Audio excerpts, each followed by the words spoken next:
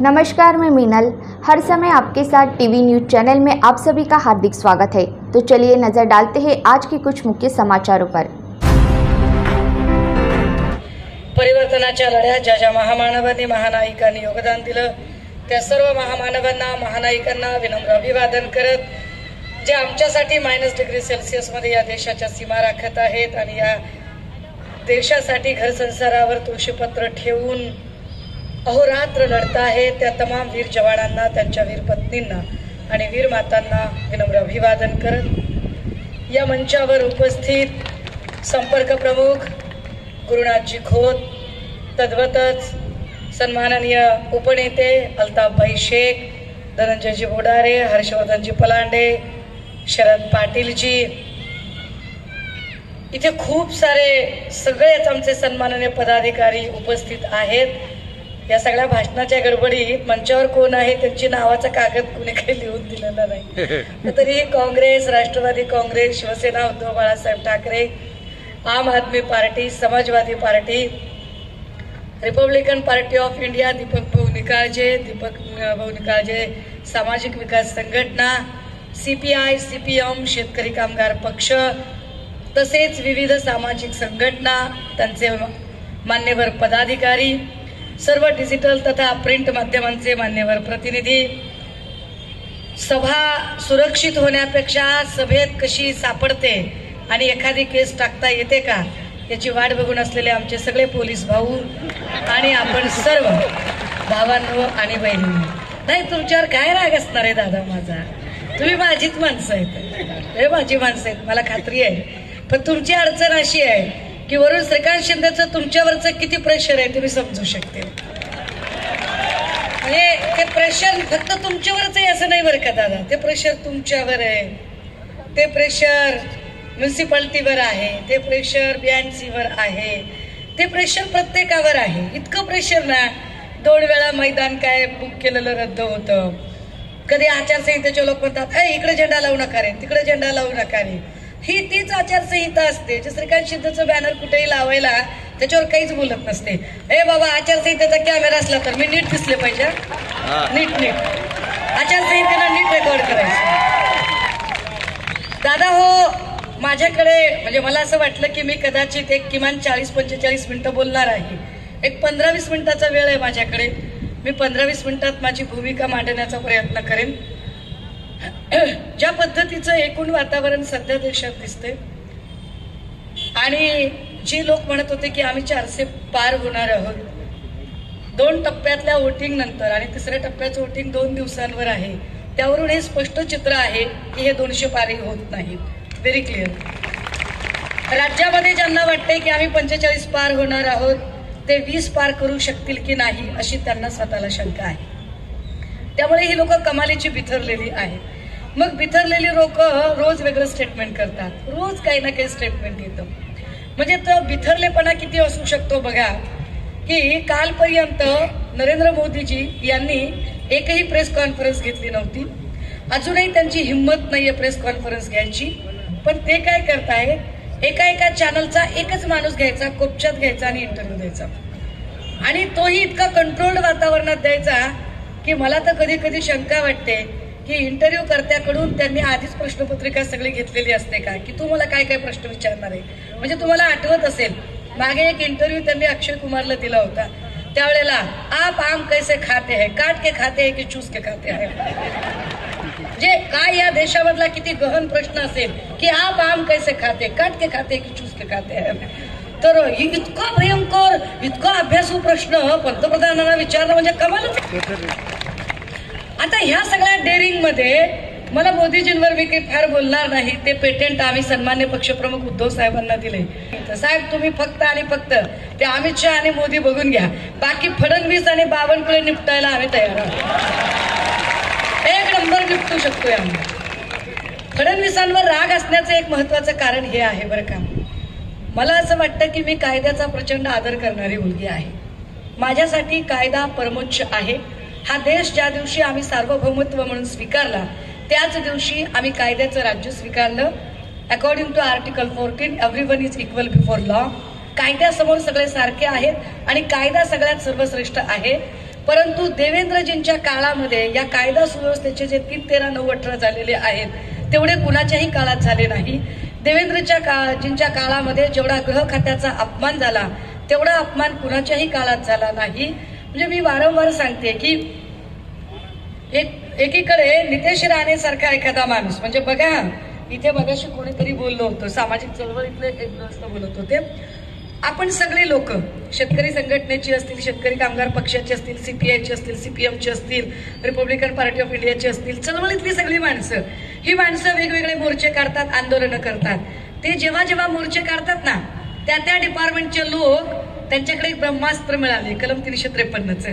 लगेच सरकारी कामकाजात अडथळा आणला, टाक 353, लगेच त्याला कंडम करून टाकायचं. पोलीस तर एवढ्या चटकन 353 टाकतात. म्हणजे हा मला एवढा अनुभव आहे ना की मी एकदा गेलं तर मला एक पीआय म्हटला, फार बोलताय का, करून टाक रे म्हटला 353. अरे मी काय बोलले राजा तुला, तू लगेच माझ्यावर 353 टाकायचं. तर 353 होते कधी, जेव्हा प्रशासकीय कामकाजात अडथळा येतो किंवा प्रशासकीय कामकाज तुम्ही जाणीवपूर्वक तुमच्या बलशक्तीने, तुमच्या ताकदीने प्रभावित करण्याचा प्रयत्न करता आणि त्यामुळे एखाद्याला न्याय देण्यात अडचण येते, तेव्हा 353 नक्की पडू शकते. अशी 353 खरंच न्यायाने टाकली जाते का, याचं एकच उदाहरण सांगते. नितेश राणे एकदा असं म्हणाले की काय करायचं ते करून टाका रे, काय करायचं ते करा म्हटले. अजिबात काही मागे पुढे बघायचं नाही, काय कोणाला घाबरायचं नाही. आपला बाप सागर बंगल्यावर बसलाय. नारायण भाऊंचा पत्ता आहे कणकवलीचा आणि नितेश राणे सांगतोय की आपला बाप सागर बंगल्यावर बसलाय. फार बोलताय का, करून टाक रे म्हटला 353. अरे मी काय बोलले राजा तुला, तू लगेच माझ्यावर 353 टाकायचं. तर 353 होते कधी, जेव्हा प्रशासकीय कामकाजात अडथळा येतो किंवा प्रशासकीय कामकाज तुम्ही जाणीवपूर्वक तुमच्या बलशक्तीने, तुमच्या ताकदीने प्रभावित करण्याचा प्रयत्न करता आणि त्यामुळे एखाद्याला न्याय देण्यात अडचण येते, तेव्हा 353 नक्की पडू शकते. अशी 353 खरंच न्यायाने टाकली जाते का, याचं एकच उदाहरण सांगते. नितेश राणे एकदा असं म्हणाले की काय करायचं ते करून टाका रे, काय करायचं ते करा म्हटले. अजिबात काही मागे पुढे बघायचं नाही, काय कोणाला घाबरायचं नाही. आपला बाप सागर बंगल्यावर बसलाय. नारायण भाऊंचा पत्ता आहे कणकवलीचा आणि नितेश राणे सांगतोय की आपला बाप सागर बंगल्यावर बसलाय. असं मला त्याच्यात पण खोलात जायचं नाही. त्याच्यानंतर मग पुन्हा पोलीस जरा कॅमेरे घेऊन उभे राहायला लागले. वर्बायटरी लिस्ट मध्ये नाव आलं असेल नाही की नाही, तुमच्याकडे एक वर्बायटरी लिस्ट, रंग सावळा, सशक्त बांधा, मध्य उंची, केस कुरळे, पोशाख साडी, भाषा मराठी, सदरील वर्णनाची व्यक्ती आपल्या हातीत आल्यास तिचे भाषण ध्वनिचित्र मुद्रित करावे, ती व्यवस्था नसेल तर ध्वनी मुद्रित करावे, तीही व्यवस्था नसेल तर टंकलिखित करावे, काही करावं पण भाषण रेकॉर्ड करावं. आता असं भाषण यांनी नितेश राणेचं रेकॉर्ड करायला एक कॅमेरा पुढे आणला. जसंही पोलिसांनी कॅमेरा आणला, पुढे एकदा नितेश राणे म्हटले काय माझा व्हिडिओ रेकॉर्ड करता म्हणे, काय व्हिडिओ रेकॉर्ड करायचा ते करा, काय कराल, फार फार तर तुम्ही हा व्हिडिओ रेकॉर्ड कराल आणि तुमच्या बायकोला नेऊन दाखवाल. हा कोणता चिकना बाणतरणा, हा कोण असा की ह्याचा व्हिडिओ काढून बायकोला नेऊन दाखवा पोलिसांनी. आता सुरू झालं म्हणता म्हणता संपते, काय म्हणजे काय विषय आहे. बघा, एका अर्थाने नितेश राणेचं हे स्टेटमेंट पोलिसांवर प्रभाव आणणारं आहे. एका अर्थाने हे स्टेटमेंट हे पोलिसांना आपल्या कामापासून परावृत्त करणे, त्यांच्यावर दडपण आणणारं आहे. खरं तर यासाठी पोलिसांनी त्याच्यावरती 353 दाखल करणं अपेक्षित होतं, पण संबंध महाराष्ट्रात आणि त्या दिवशी ड्युटीवर असणाऱ्या एकाही पोलीस अधिकाऱ्याने ही हिंमत केली नाही की त्याच्यावर 353 दाखल करावी. नाही केली कुणी हिंमत. हाईट अशी की जो ज्या खात्याचा मंत्री असतो त्याने आपल्या खात्याच्या कर्मचाऱ्यांना आपली म्हणजे तो पालक असतो त्या खात्याचा. गृह खातं हे देवेंद्रजींकडे आहे. देवेंद्रजींनी पालक म्हणून जर माझ्या खात्याच्या कर्मचाऱ्यांना, पोलीस कर्मचाऱ्यांचा अवमान होत असेल तर मी याचा बदला घेतला पाहिजे, मी याच्यासाठी याला दंडित केलं पाहिजे असं म्हणत नितेश राणेवरती तक्रार दाखल करायला हवी होती. पण देवेंद्रजींनी सुद्धा तक्रार दाखल केली नाही. 4 दिवसापूर्वी एक व्हिडिओ व्हायरल होतोय केतन तिरोडकर नावाच्या माणसाचा. गेले 8 ते 9 महिने मी ड्रग्जच्या विरोधात भांडते दादा हो.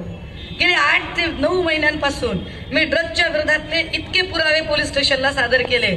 इतक्या पोलीस ऑफिसर असतील, एक्साईजची लोक असतील, मंत्रिमंडळातले मंत्री असतील, आमदार असतील, त्यांचे चेले चपाटे असतील, पुराव्यासकट सगळे रेकॉर्ड दिले. पण अजूनही ड्रग्जवरती कसली कारवाई होत नाही. केतन तिरोडकर स्पष्टपणे सांगतोय की mister Devendra Fadnavis either support me और अरेस्ट मी, मला सपोर्ट करा किंवा मला अटक करा, पण देवेंद्रजी त्यावर चकार शब्द बोलत नाहीत. आपल्याला हे सरकार का बदलायचंय त्याची कारणं नीट समजून घ्या. कुठेतरी एक फक्त खासदार निवडून द्यायचा एवढ्यापुरती निवडणूक सीमित ठेव. आपला हेतू काय आहे? या देशातली या राज्यातली कायदा सुव्यवस्था टिकली पाहिजे. या देशात या राज्यात कायद्याचा पोलिसांचा धाक असला पाहिजे. देवेंद्रजी सत्तेत आल्यापासून कुठलाही कायद्याचा आणि सत्तेचा धाक राहिलेला नाहीये. अरे कधी काली लोक निर्जन ठिकाणी अंधारात इकडे तिकडे गुन्हे करायचे. आता परिस्थिती अशी आहे की पोलिसांचा धाक न राहिल्यामुळे आणि पोलिसांच्या पक्षपाती वागण्यामुळे हे फार स्पष्टपणे मांडलं पाहिजे. कारण मर्जी संपादन करण्यासाठी सत्ताधाऱ्यांची मर्जी खपा होऊ नये म्हणून प्रचंड प्रेशर खाली काम करणारे पोलीस निर्णय घेऊ शकत नाहीत. त्याचा परिणाम काय होतोय? निर्जन ठिकाणी सोडा, लोक फेसबुक लाईव्ह करून एकमेकांचा मर्डर करायला लागले. डायरेक्ट पोलीस स्टेशन मध्ये गोळा झाडण्यापर्यंत जर लोकांची मजल जात असेल तर काय अवस्था आहे कायद्या आणि सुव्यवस्थेची. म्हणून कल्याणकरांनी निर्णय घेण्याची गरज आहे. निर्णय का घ्यायचा आहे? इथं कायदे सुव्यवस्था टिकवणं गरजेचं आहे. मगाशी पाण्यावरती फार बोललं गेलं, खरं आहे. आणि हा पाणी प्रश्न सोडवला जात नाही. जेवढी काही म्हणून कंत्राट असतात, मला वाटतं कुठे एबीपीने एकदा तोंडी परीक्षेसाठी बोलावलं. आवडता भाचा कोणता? म्हटलं बाबा माझा आवडता भाचा श्रीकांत आहे. का बरं? माणसानं खंडीभर खावं पण मांडी अडून कसं खावं ह्याची कला श्रीकांतकडे आहे. फार चांगली कला आहे. म्हणजे कंत्राट सगळी माझ्याकडे, ठेकेदार माझ्याकडे, एजन्स्या माझ्याकडे, चुनापुडी पासून ते मिनरल वॉटर पर्यंत आणि डीप फ्रीज पासून ते अगदी बल्ब पर्यंत सगळ्या प्रकारच्या एजन्स्या ह्या माझ्याचकडे असल्या पाहिजेत. एजन्स्यांच्यासाठी सगळ्या कंत्राटदारांचं क्लबिंग मीच केलं पाहिजे. मीच सगळ्या अधिकाऱ्यांना धंद्याला लावलं पाहिजे. सगळे अधिकारी मी माझ्याच अधीन ठेवले पाहिजेत. सगळ्या खात्याच्या अधिकाऱ्यांना मी रुबाबात सांगितलं पाहिजे. अशा पद्धतीचं जे राजकारण आहे ते राजकारण जर मोडीत काढायचं असेल, दडपशाही, कारण एक कंत्राटदार जातो म्हणजे नुसता कंत्राटदार जात नाही, त्या कंत्राटदारासोबत इथले कामगार सुद्धा मरतात. हे नीट लक्षात घ्या.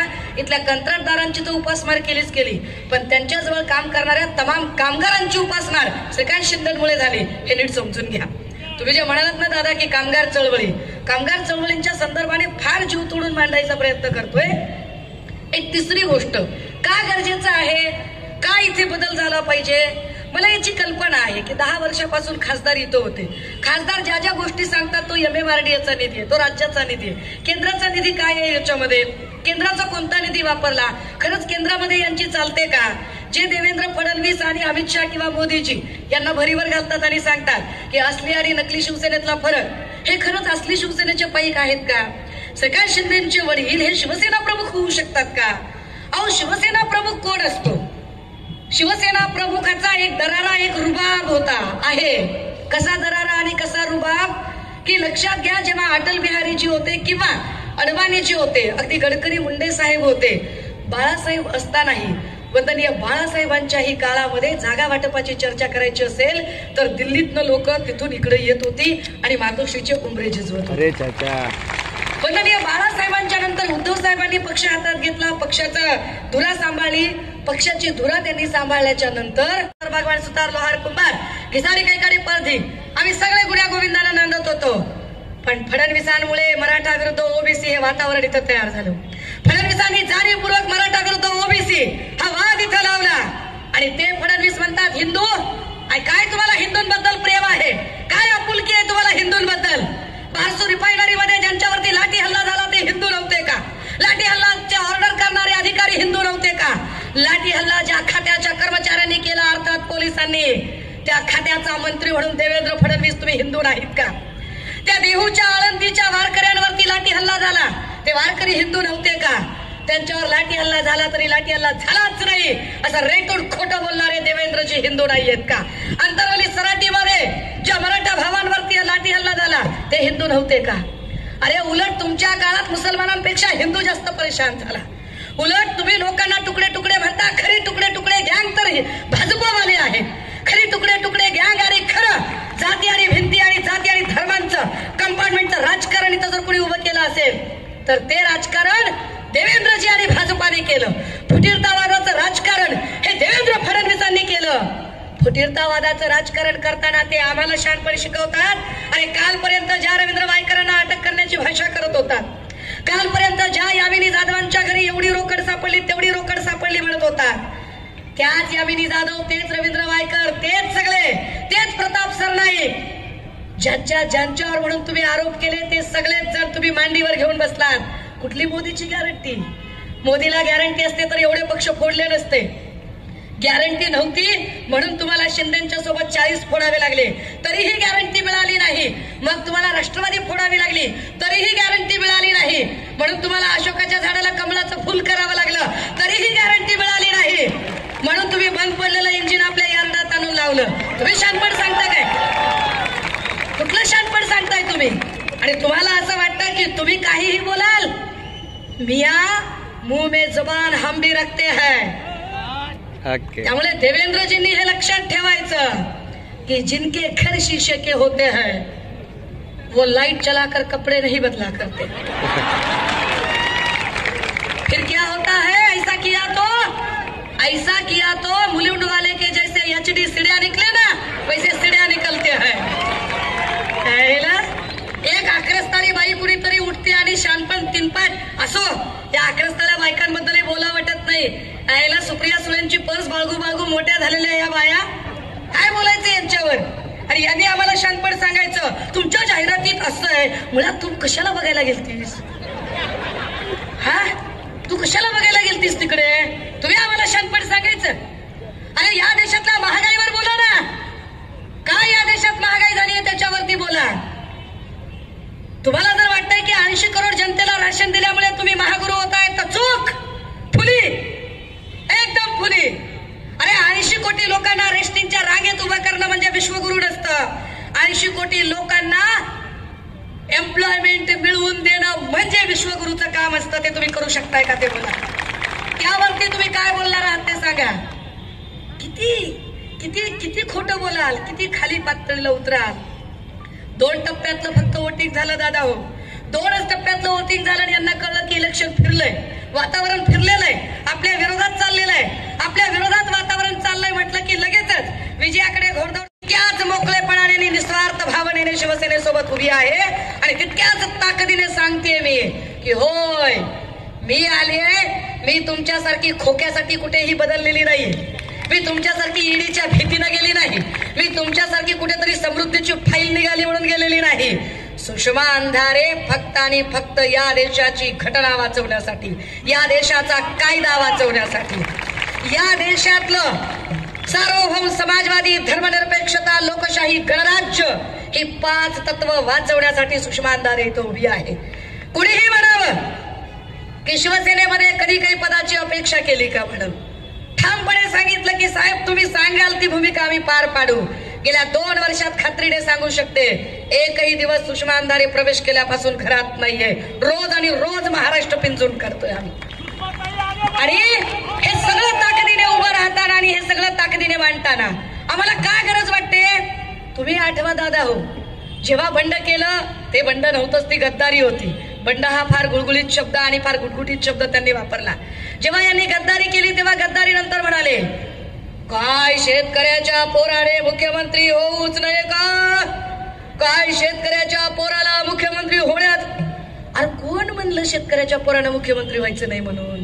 व्हावं की, आता झालाय ना, झालात ना तुम्ही.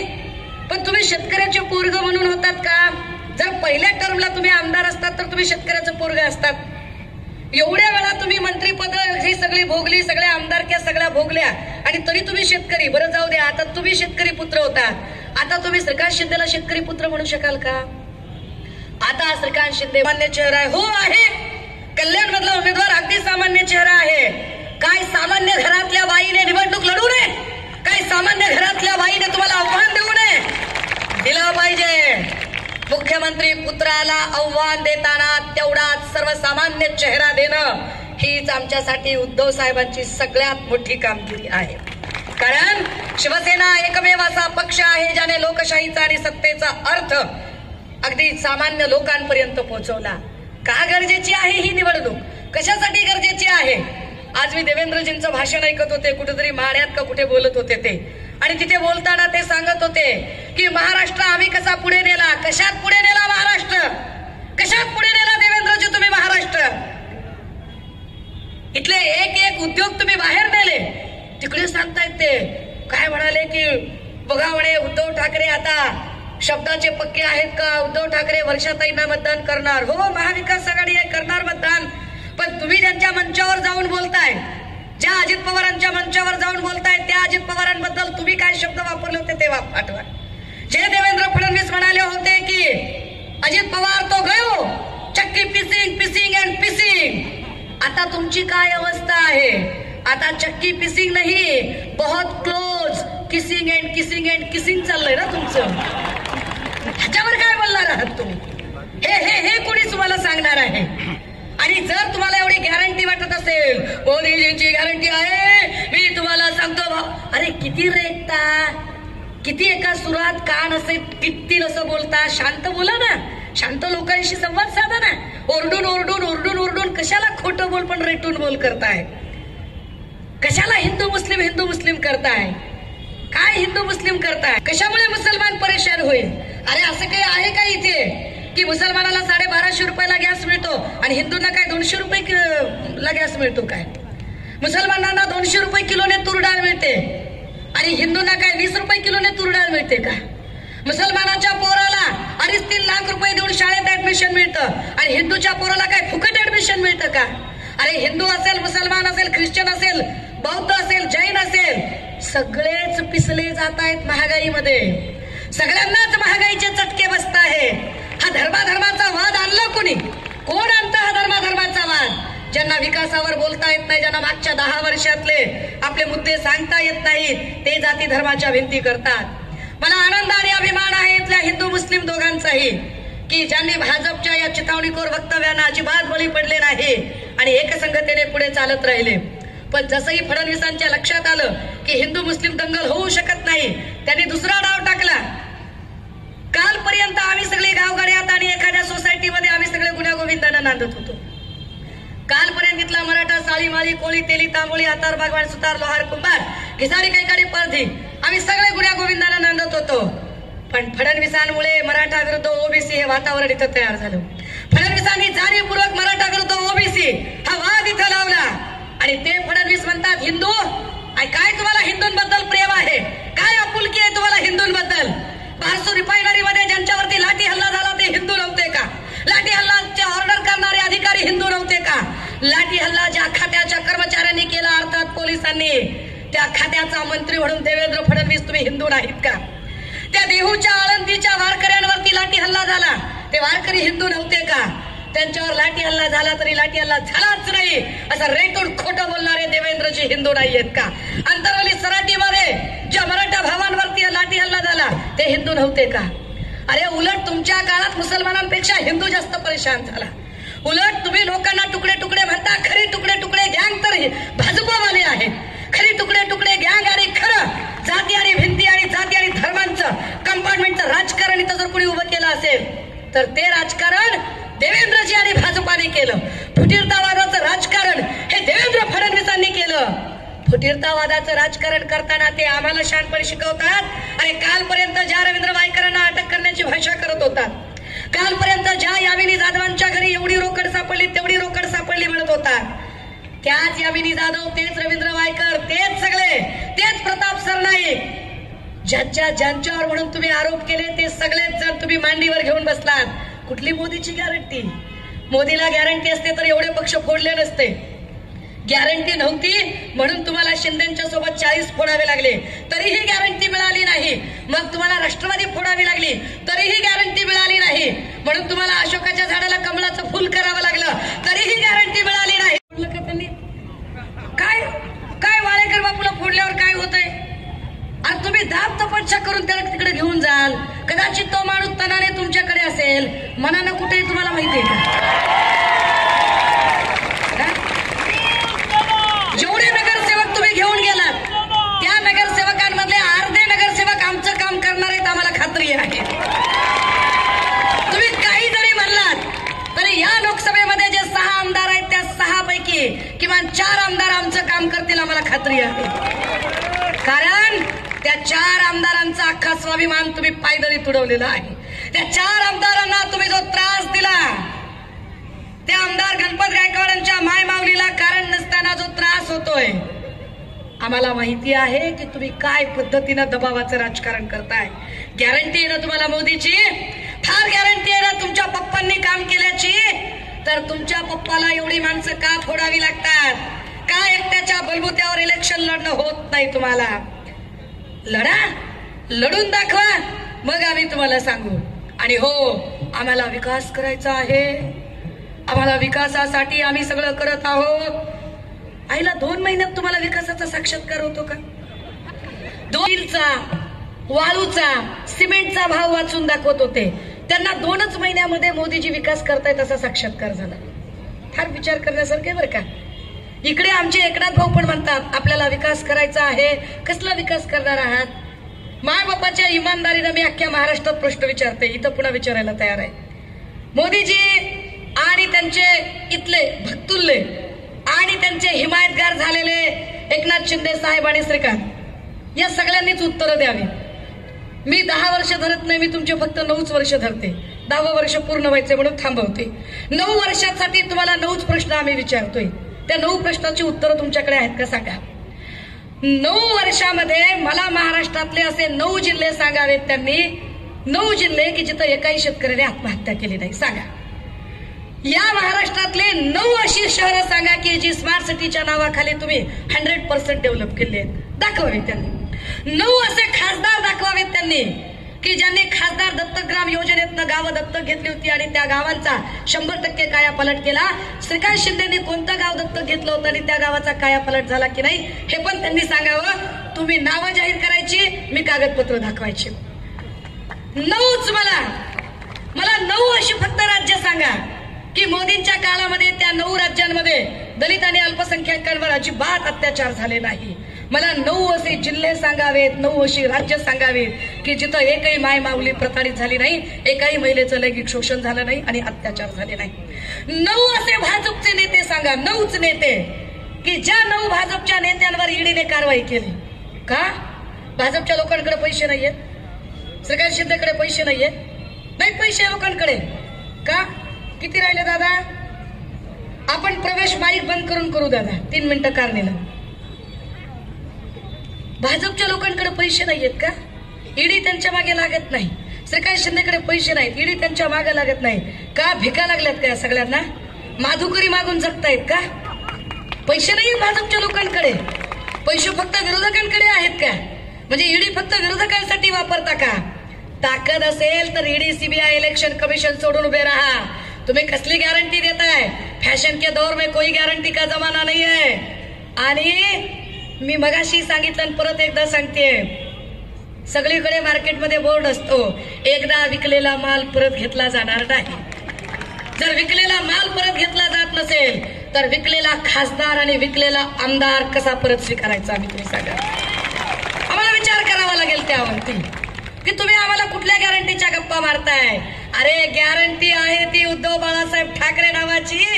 ज्या माणसाने तो ताज गेला, ईडी, सीबीआय, इलेक्शन कमिशन, केंद्रीय गृह खातं, राज्याचं गृह खातं, आसामचं पोलीस खातं, गोव्याचं पोलीस खातं, सगळ्या पोलीस खात्यांनी ताकद लावली. सगळ्या स्वायत्त यंत्रणा पाठीशी लागल्या. 105 आमदार, सगळे खासदार आणि त्याच्यासोबत लाखो लावारिस पेट्रोलर्स एवढे सगळे मारा करत होते. तरीही एकटा वाघ ताकदीनं लढत होता. गॅरंटी त्याची. गॅरंटी 100 लोकांच्या बॉडीगार्ड मध्ये फिरणाऱ्याची गॅरंटी नसते. आणि तुला तुझ्या जीवाची गॅरंटी नाही, तू एकटा फिरू शकत नाही. आम्ही एकटे फिरून दाखवतो आणि वारंवार सांगतो की कळप लांडग्यांचे असतात, वाघीण एकटीच येते. ताकदीनुसार गॅरंटीच्या बाता म्हणताय दादा. हो, दडपशाही मोडून काढली पाहिजे. सगळ्यात महत्वाची अडचण काय माहितीये का आपली? आता आपल्या मनातली भीती गेली पाहिजे, दडपशाही मोडून काढली पाहिजे. डर के आगे जीत है, ये डर निकलना चाहिए. यांनी जे हे पोलीस आणि या सगळ्या जे खाके दाखवलेत ना, ह्याच्या सगळ्या भीती दाखवल्या आहेत. मुक्त संवादच्या माध्यमातून मागच्या वेळेला आले होते.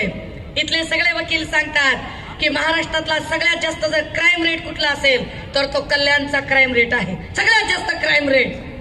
काय पद्धतीचं वातावरण करून ठेवलंय. हा क्राईम रेट जर कमी आणायचा असेल तर इथं बदल झाला पाहिजे. ताकदीने इथं सांगितलं गेलं पाहिजे. आणि हो, शेवटच्या 1-1.5 मिनिटात एक सांगते अजून, ते जाहिराती चांगल्या गोष्टीच्या नसतात.